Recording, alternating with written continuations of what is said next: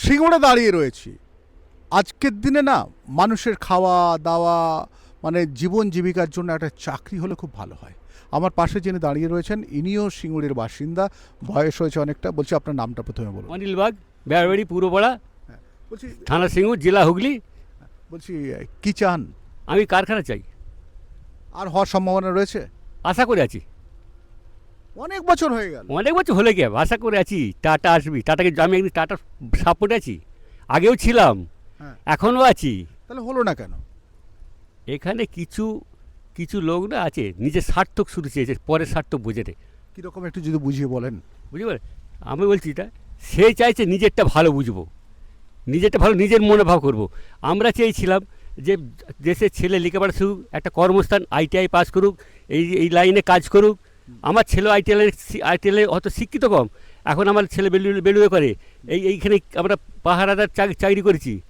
আবার আমার ছেলে এখন এই জামশেদপুর গেলো, জামশেদ ইকো কোম্পানিতে আবার ওখানে প্রাইভেট কোম্পানি কাজ করেছে আমার ছেলে, করেছে। আবার এখন বেলুড়ে এই রেলের ইঞ্জিন তৈরি হয়, বেলুড়ে লেলুয়া যে 3টে কারখানা আছে কোম্পানি, মায়ের এতে গেল। আবার আমার ছেলে আবার এতে গেছে ওই নেপাল যেখানে ভূমিকম্প হলো মিলিটারিতে, ওখানেও কাজ করেছে। মানে মানে ছেলে আর ঘরে থাকছেন না, ওর সাথে চাষ করবে, ও চাষ করবে। আমি কত ছেলে চাষ করবে। আমি কি নাম ছেলের? আমার ছেলে সমর বাগ। আচ্ছা, বলি মানে যদি এখানে একটা কারখানা হতো তাহলে তো বোধহয় বাড়ির কাছেই যে। আমার ছেলেও এখানে চাকরি করতো, বিবিসিতে চাকরি করতো। আচ্ছা 7 সালে 4,000 টাকা মানি তো, আচ্ছা। বিবিসি 4,000 টাকা মানি তো। আমার 2,000 টাকা সংসার তখন খরচ হতো, তখন ছিল, তখন দাম বাজার কত সস্তা ছিল, 2,000 টাকা সংসারে খরচ হতো, পয়সা জমতো। এখন উল্টো ওখানে হয়তো 20,000 30,000 টাকা মাইনে পায় এখন, পায়। কিন্তু হলে কি যাতায়াতে কত, আমার জার্নি কত, 8 ঘন্টা ডিউটি হলে 4 ঘন্টা জার্নি, যেতে আসতে 4 ঘন্টা জার্নি। রেলওয়ে পৌঁছাতে কারখানার মধ্যে 2 ঘন্টা যেতে 2 ঘন্টা আসতে, 4 ঘন্টা জার্নি। যদি রেল যদি জাম হয়, কোনো বিশ্বকায় রেল আটকে গেল, তাহলে আসতে সেদিন রাতের বাড়িতে আসতে পারবে না। তাহলে আমার ঘরে কাজ যেত, আবার এই খেলে যেত কলকাতা পর্যন্ত বসে যেত এই এই কারখানাটা হলে পরে। আমার যতটা অভিজ্ঞতা জানা আছে। কিন্তু কারখানাটা শেষ পর্যন্ত হওয়া হলো না। না হলো না, ওই যে সুধীর দত্তকে ভরে দিলে। শহীদ দত্ত? হ্যাঁ, সুধীর দত্তকে ভরে দিলে, ঘর্ষণ করেছে বলে। যা কী ও সত্যি কতটা জানি না, ঘর্ষণ ভরে আজ পর্যন্ত সেই বিচারটা হচ্ছে কি জানি না।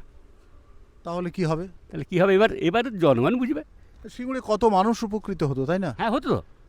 যখন কারখানা কত লোক হকারি করে খেয়ে সংসার চালিয়েছে।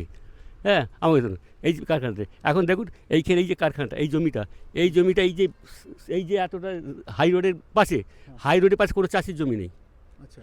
কোনো চাষির জমি নেই। একমাত্র আছে এইখানে 100 ফুট কোণে, আর ওইখানে এক আছে বাড়ি দিয়ে, যে বাড়ি একটা ওর জমি মনে হলে 100 বিঘে জমি দিয়েছে টাটা ভেতর।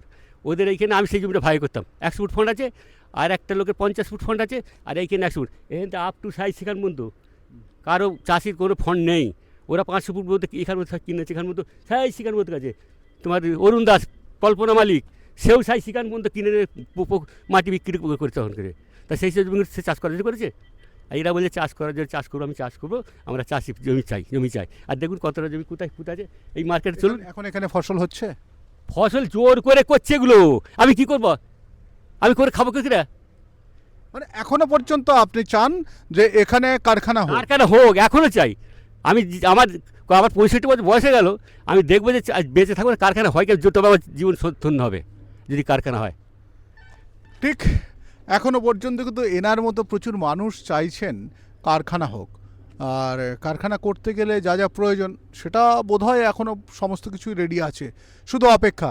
আর এখন অলরেডি চাষ শুরু করেছে কিছু কিছু জায়গায়, সমস্ত জায়গায় কিন্তু চাষ হচ্ছে। আমি আরও বলার আছে, বলছি এই জমি যখন বামফ্রন্ট সরকার অধিগ্রহণ করে, বামফ্রন্ট সরকার প্রত্যেক লোককে বলছে তুমি জমি দিতে ইচ্ছুক কেনা, তাহলে তুমি দরখাস্ত লিখে ফটো নিয়ে তুমি জমা দাও। জমা দিয়েছে, 2000 বিঘে জমা পড়েছিল, সব অফিসে জমা আছে, বিডিওতে সব জমা আছে। 1000 একর জমি, 2000 একর, তার মধ্যে 20% লোক রাজি ছিল না। 80% লোক জমি দিয়েছে, 20% লোক জমি দেয়নি। আপনি হিসেব করতে যে পরে কে তুলেছে আছে না, তার জন্য কারখানাটার হলো না। হলো নাকি, যে চাকরি করছে সেও গিয়ে আন্দোলন করছে, যে চাকরি করছে ভেতরে সেও চাকরি থেকে বেরিয়ে সেও আন্দোলন ধরে হচ্ছে, হটাও টাটা হটাও। কেন? ওই তো রাজনীতির ব্যাপার। ঠিক। তবে এই নিয়ে আমরা বেশি কিছু বলবো না, কারণ বলা যায় না তো। আমি অনেকবার তবে একটা জিনিস আপনাদেরকে বলি, কারখানাটা না আমাদের এ রাজ্যে খুব দরকার। খুব দরকার, আর খুব দরকার। কারখানা উঠে যাক সেটা আমরাও চাই না। আমি শঙ্কু রয়েছি আপনাদের সঙ্গে। ইন্ডিয়া নিউজ 24 দেখতে থাকুন। আমার সঙ্গে রয়েছে অপূর্ব মাঝি।